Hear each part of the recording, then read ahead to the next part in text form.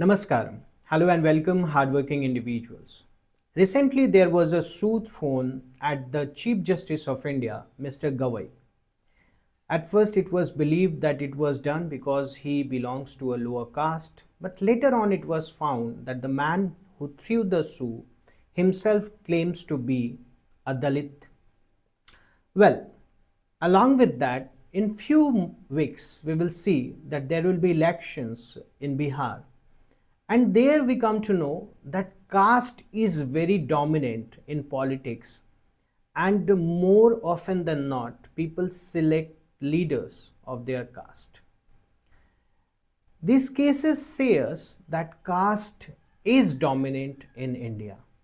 But why are we in denial? We are in denial? Yes or no? We will answer that. But we see that there is this IPS officer, ADGP of Haryana, Mr. Y. Puran Kumar, who took away his life blaming caste discrimination. This is something that we really need to do away, because there can be a question mark, there can be a debate whether there should be promotions on reservations or not. There can be a lot many debates for a lot different things. But there cannot be any debate or question mark on the fact that the human dignity is most important. And if a dignity of IPS officer is not guaranteed, how come we think about the dignity of common people? Let's try to search away few answers from all these questions, and today we are going to discuss about this case where we find that Haryana ADGP Y. Puran Kumar took away his life, and there was the suicide note that he gave where he put the allegations on the system, on his seniors, on his colleagues, and there were the cases of casteism, abuse and harassments. So the background of the incident, if you see guys, it talks about on October 7, 2025, Mr. Y. Puran Kumar, he died by suicide at his Chandigarh residence. He left an 8 to 9 pages suicide note detailing systematic caste-based discrimination, harassment and also the humiliation since 2020. If you see the profile of this IPS officer, he was a Dalit IPS officer, engineering graduate, known for integrity and advocacy for SC/ST officers, and his wife is an IAS officer, Amneet P. Kumar, who was at that time on the official trip to Japan. Now, when we see the key allegation in the suicide note, we find that there is a continued blatant caste-based discrimination and targeted harassment since August 2020 that we see. He has also named 16 senior officials including DGP Satrujit Singh Kapoor and SP Narendra Bijarnia. What are the allegations? Denial of accommodation and leave, manipulation of ACRs and biased postings, false cases and administrative isolation, and one page served as a will transferring assets to his wife. If you see the timeline of the harassment, we'll see it began after a 2020 temple visit. Kumar accused superior of caste bias in the disciplinary letter that followed. 2023, he was posted as IGP of Home Guards, a non-existent post seen as a form of public humiliation. 2022 raised issues on irrigation promotions, housing irregularities and religious encroachment, and he filed multiple complaints including under the SC/ST Prevention Atrocities Act, but received no relief.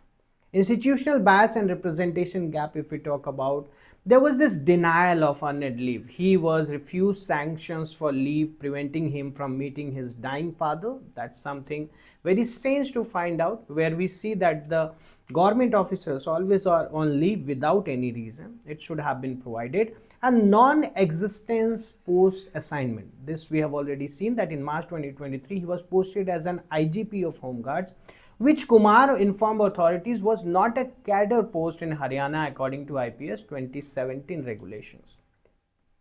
About the promotion and the career advancement, discrimination was also found. Kumar has raised question mark about the illegal promotions of IPS officers, and he has also claimed that the officers of 1997 batch had their pay fixed early and were given advance increments while his own promotion was delayed. Now, civil services data of 2018 to 2023 says that only 7.6% of the SC and 3.8% of ST officers recruited against the 15 and the 7.5% quotas, respectively. At secretary level, only 4% of SC/ST representation is there, and no reservation in promotions is the major barrier to the top level inclusion. You can see this 15 officers who were alleged by Kumar, and it is given here in the pics, but then this is an allegation. We can't say anything for sure. Suicide note indicated unbearable mental torture. 46% of SC/ST respondents report depression, where in comparison to upper caste it's 41%, and anxiety of 57% in SC/ST in comparison to 49% in upper caste. I don't see a major difference here. Highlights that the mental toll of systematic discrimination, internalized stigma, and lack of institutional support is also something that is there. Now we know that there is a caste system in India, and at the top of it are the Brahmins, then follows by the Kshatriyas, then the Vaishyas and the Sudras. It started from the Vedic period. In the early Vedic period, we see it was not based on occupation. Sorry, it was not based on birth, rather it was based on occupation. Now it is based on birth, not based on occupation. That is something that we see is a reason for concern. Moving ahead, erosion of metro city myth. The concept of merit in India functions as a social construct which was devised by the Savarn elite to preserve dominance while excluding Dalits, Adivasis, OBCs. Now this is something that is claimed, but because of merit we see sorry, because of merit we see that there are countries like US who have gone so very far ahead. And instead of talking about these myths, we should be concentrating on the real problem. That's the denial. There should not be any denial of the caste system. There should be an acceptance of it. Kumar's case was linked to a corruption investigation where a leaker contractor alleged Kumar's aide demanded 2.5 lakh bribe in Kumar's name. An FIR was registered in Rohtak on October 6, 2025, one day before Kumar's death, which his wife alleged was part of planned conspiracy to falsely implicate her husband, and Kumar was reportedly disturbed over inclusion of his name in the bribery case without state government permission.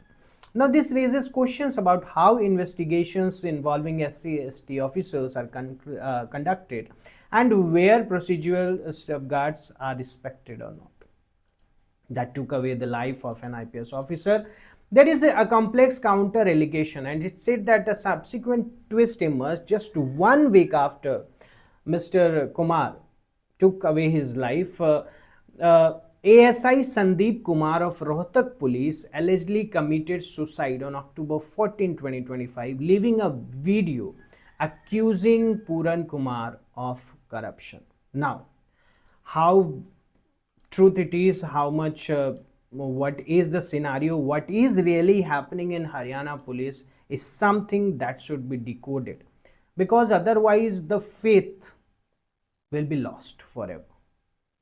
Now, SC/ST Prevention Act 1989 aims to prevent and protect SC/STs from the atrocities, but implementation remains weak.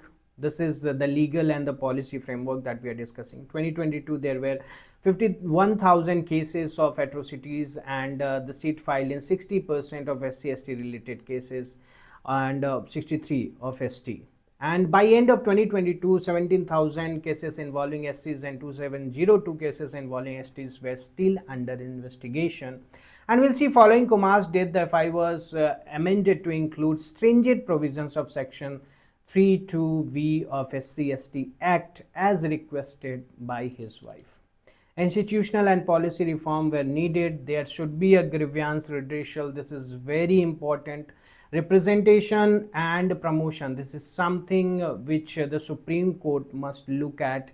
And the sensitization, that is the sensitization, that is the mandatory caste sensitivity and inclusion training in the civil services, this is something that should be included there. Now, if you see the mental health, this is something, especially after the corona period, we'll see that a lot of people are facing this depression or the mental health problem that should be looked at by the government and the lawmaking bodies, and accountability should be there, building the some disciplinary actions on the PCA recommendations, and also the data and transparency use upcoming 2025 caste census for evidence-based policy making, and so on and so forth can be done here. Structural and ethical dimensions, if we see guys, economic mobility versus not equals to the social equality. We see discrimination persists even among the elite Dalits. We see the meritocracy myth is something, it is often reflects accumulated caste privilege, not neutral capability. Ambedkar's vision, education, self-respect and political power are essential for true equality, and political tyranny is nothing compared to the social tyranny. In the last, there are a few questions I'd like you to live with, and that question is, apart from these questions here, why are we in denial? Why are we not accepting the fact that there is caste in our society? But caste should not be meant to discriminate people. It should be meant for the fact that we can be different, but as human being, everybody deserves the dignity. What do you think about it? Comment and subscribe so that we can meet again. Thank you so much. Namaskar.